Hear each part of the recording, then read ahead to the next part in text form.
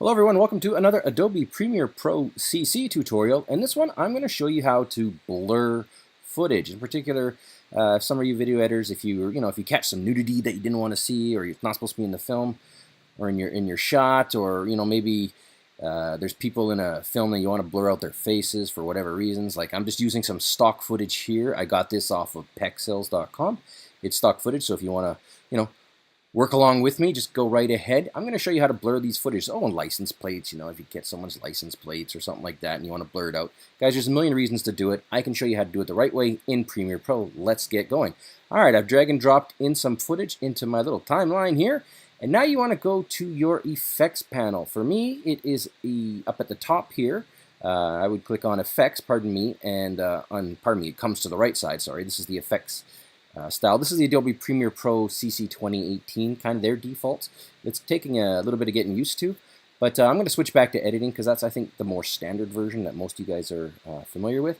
And if you don't have your effects window open, just go to window at the top and make sure the check mark is by effects. It is for me, so I'm just going to show you where mine is. Effects, and now you want to search for blur, but there are multiple blurs. So I have gone through a variety of the different blurs. Let me just make this a little larger here. And okay, so there are a variety of blurs, but the one that you want to use, I've already pre-selected, is the Gaussian blur. This is the best one, or Gaussian, I don't know how to pronounce it.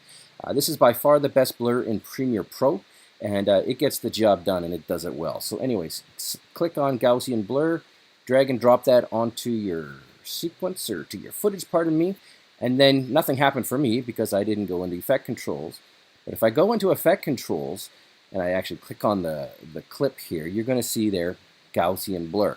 Now you're looking at the footage right here and you're saying, hey, nothing happened. Yeah, by default it applies 0% blurriness, which is a little weird. It should apply a little bit just to show you. But anyways, 0% is applied. I'm just going to slide this handle right and you're going to see pretty much in real time that, yeah, that gets blurry real quick, guys. This is like, from no beers, 10 beers. No beers, 30 beers, right? Like, you guys know what's up. Anyway, so that's the beer dial right there. The beer dial. But joking aside, guys, that's how you set a blur. So if you want to blur the entire shot, and there are many, many different shots that you could do that with and reasons to do it, that's all you got to do. I highly recommend you click on repeat edge pixels. And I'll show you why. If you look at the edges here, it's gone black a little bit, right? So it's kind of like it's blurring in and the sides are sort of vignetting, and you don't really want that in most situations. So if you click repeat edge pixels, that issue disappears. So guys, that's it for that part. Now I promised you I was going to show you we were going to blur this guy's face. I got nothing against this guy, he's probably a good dude, but anyways, for this demonstration, that's what we're going to do. So I've gone ahead and selected Gaussian blur. I'm going to go ahead and I'm going to ratchet up the blur to, like, let's say 70. That's pretty blurry. Now, I don't want the whole thing blurred. I just want his face blurred. So there's a couple ways to do it. The usual way is to create an ellipse mask, because ellipses are generally, well, they're not completely, uniform, but they're pretty good. And this is the standard style. So you'll see that it defaults to a little circle in the middle of the clip. We don't want that. I am going to move it over across that guy's face.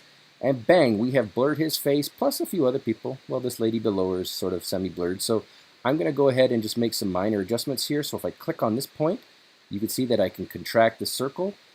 Well, it's an ellipse. It's not a perfect circle. So I'm just going to go ahead and reduce it. I'm going to bring this in.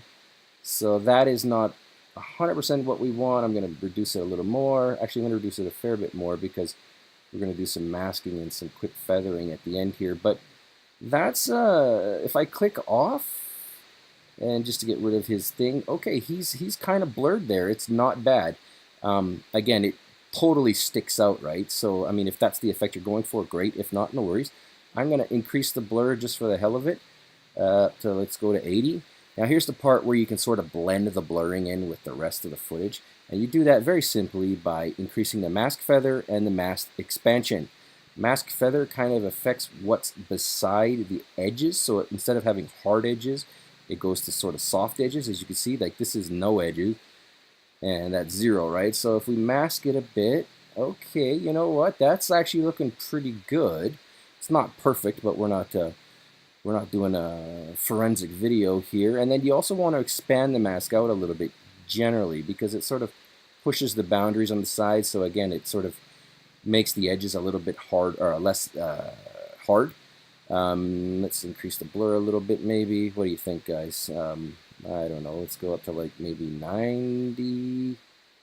And yeah, something like that. Now I'm going to click off, and then bang, we have a very good blur for this footage. Now, when I click spacebar, you're also going to notice that this guy's head moves, right? Because the footage, it's not stationary footage. So if you guys want to go, you can click off now if that's all you need to know. If you want to go a little deeper and you want to see how to animate a animate blur, I guess you'd call it, let me show you how we do that. So at the first frame, we've got the blur the exact way we want it.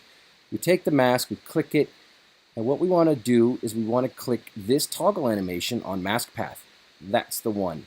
Now, let's move the timeline, or let's just move the little head forward a little bit to here. Let's say we went half a second almost, not quite half a second. We're going to adjust the path. So I'm going to click on the path. And let's just go, where are we? Okay, I got to click on there. Now I got to click the path, and I'm going to move it. So there we go, guys. So let's move it a little bit here. So that's better, and then we'll move the timeline forward a little bit. Okay, his head comes down, so I'm going to move it down. You will notice that the toggle switch is clicked, so we are animating this as it goes, and I'll show you. Okay, that's not bad, so we're going to get to there, go forward a little bit. Whoa, that's a big one, so we're going to go to there, go to there, and then slowly, let's just see, a few seconds more. Where the heck did his head go? Just kidding, it's right there, so that's okay, and we'll go with that. Okay, guys, so this is just rough sketch stuff, but if I click off, now watch when we go to the beginning, the mask moves, or the blur moves with his face. Again, it's not perfect, but we're not trying to do this for perfection right now. We're just teaching we're just going to teach the technique and the effect. And again, guys, in like final footage, yeah, go nuts. Make sure the mask is perfect on every single frame, and all you got to do that is click this button here, step forward one frame, make sure the mask is where it's supposed to be. Step forward another frame, make sure the mask is where you want it to be. With that, you have an animated blur, and that's exactly how you do it. Thanks for watching this video, guys. I'll be back soon with some more